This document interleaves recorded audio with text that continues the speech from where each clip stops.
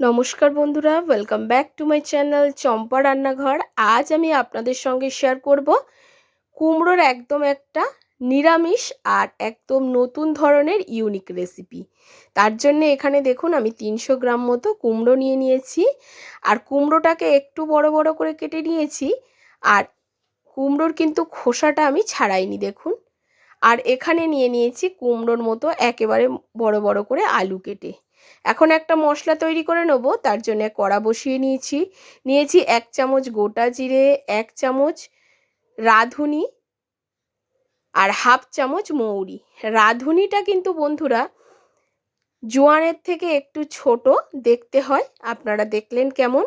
এখন এটাকে dry roast করে নিতে হবে। একটু ভেজে নেওয়ার পরে মশলাগুলো দিয়ে দিচ্ছি তেজপাতা, শুকনো লঙ্কা।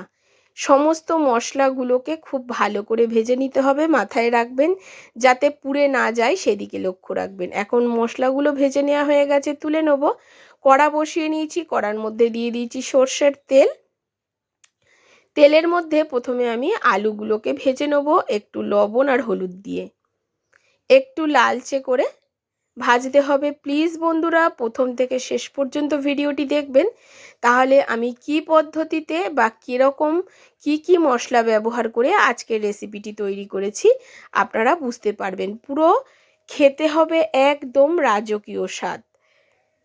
এখন দেখুন আলুগুলো বেশ লালচে করে ভাজা হয়ে গেছে, আলুগুলোকে আমি তুলে নিচ্ছি। আলুগুলো ভেজে নেওয়ার পরে যে তেল আছে তার মধ্যে আমি কুমড়োগুলোকে ভেজে নেব। কুমড়োগুলোকেও একটু লালচে করে ভাজতে হবে বন্ধুরা। কুমড়োটা ভাজার সময় আমি কিন্তু এখানে কোনো রকম লবণটা ব্যবহার করব না। লবণটা দিলে কুমড়োগুলো গলে যাওয়ার সম্ভাবনা থাকবে। তার জন্যে আমি কুমড়োর মধ্যে একটু হলুদ দিয়ে দেবো। হলুদ দিয়ে কুমড়োটাকে ভাজতে দেবো। ততক্ষণ ভাজা হোক। এদিকে একটা মশলা বানিয়ে নিচ্ছি। একটা মিক্সির জার নিয়েছি 3-4টে কাঁচা লঙ্কা, 1 ইঞ্চি আদা,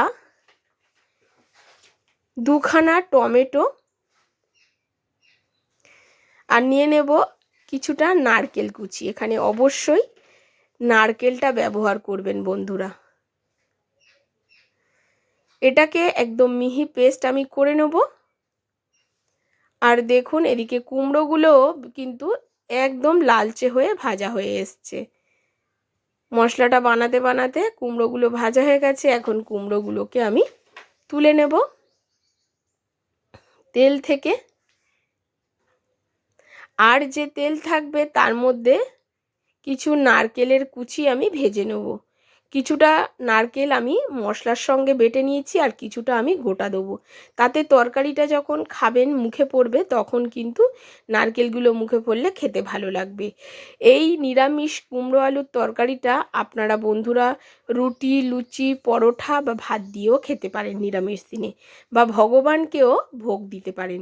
এখন নারকেলটা ভেজে তোলার পরে দিয়ে দিচ্ছি একটা গোটা শুকনো লঙ্কা, তেজপাতা আর রাঁধুনি ফোড়ন। হ্যাঁ বন্ধুরা, এখানে রাঁধুনি ফোড়ন দিতে হবে, জিরা নয়। রাঁধুনি ফোড়নটা দিলে বেশ যখন সুন্দর একটা গন্ধ বেরোবে তখন এর মধ্যে দিয়ে দিতে হবে আদা, টমেটো, কাঁচা লঙ্কা, নারকেলের পেস্টটা। খুব ভালো করে এই মশলাটাকে কষাতে হবে যতক্ষণ না টমেটোর কাঁচা গন্ধটা চলে যায়। যখন ঠিক এই রকম তেল ছাড়তে শুরু করবে এর মধ্যে দিয়ে দিতে হবে পরিমাণ মতো হলুদ গুঁড়ো।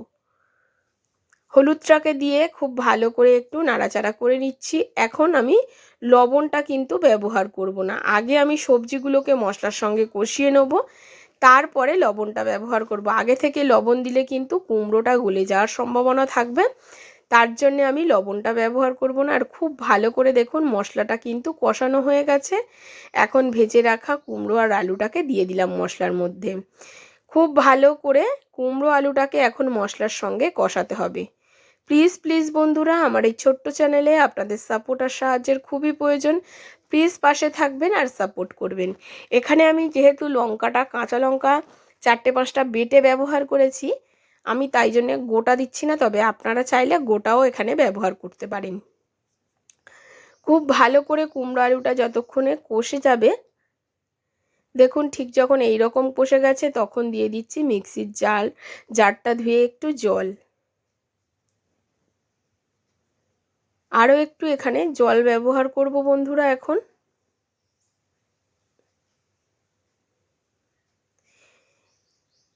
পরিমাণ মতো জল দিলাম যাতে কুমড়ো আলুটা খুব সুন্দর সুসিদ্ধ হয়ে যায়।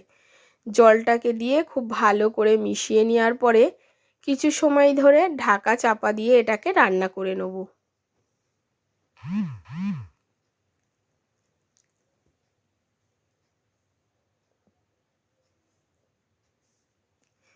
কিছুক্ষণ ঢাকা চাপা দিয়ে যতক্ষণ রান্নাটা হচ্ছে ততক্ষণ যে গোটা মশলাগুলো আমি ভেজে নিয়েছিলাম, গোটা মৌরি, গোটা জিরে আর রাঁধুনিটা, সেটাকে প্রথমে গুঁড়ো করে নেব। তারপরে অল্প জল দিয়ে এর একটা মিহি পেস্ট আমি তৈরি করে নেব। তবে মশলাটা কিন্তু আমি বন্ধুরা শিলে বেটে নিচ্ছি, আপনারা এটাকে মিক্সির জারেও বেটে নিতে পারেন। খুব ভালো করে মশলাটা বাটা আমার হয়ে গেছে। এখন আমি শিলপাটা থেকে তুলে নিচ্ছি মশলাটাকে। এবারে ঢাকনাটা খুলে দেখব কেমন হলো। আর দেখুন বেশ ফুটতে শুরু করেছে, সুন্দর একটা কিন্তু তরকারিতে কালার এসছে। এই মশলাটা দিলে আরও একটা সুন্দর কালার হবে। দিয়ে দিচ্ছি এখন লবণটাকে দিয়ে একটু আমি ফুটিয়ে নেব। তারপরে এর মধ্যে দিয়ে দিচ্ছি ভেজে রাখা নারকেলটা সম্পূর্ণ অপশনাল, আপনারা চাইলে দিতে পারেন, না চাইলে কোনো অসুবিধা নেই, নাও দিতে পারেন। তবে দিলে যখন গালে পড়বে খেতে ভালো লাগে, তার জন্য দিচ্ছি, এতে টেস্টের কোনো হেরফের হয় না। এবারে দিয়ে দিচ্ছি এর মধ্যে বেটে রাখা সেই মশলাটা সবার লাস্টে ব্যবহার করতে হবে। মশলাটাকে দিয়ে খুব ভালো করে মিশিয়ে নিয়ে আবারও হাই ফ্লেমে 5 মিনিট মতো ফুটিয়ে নেব।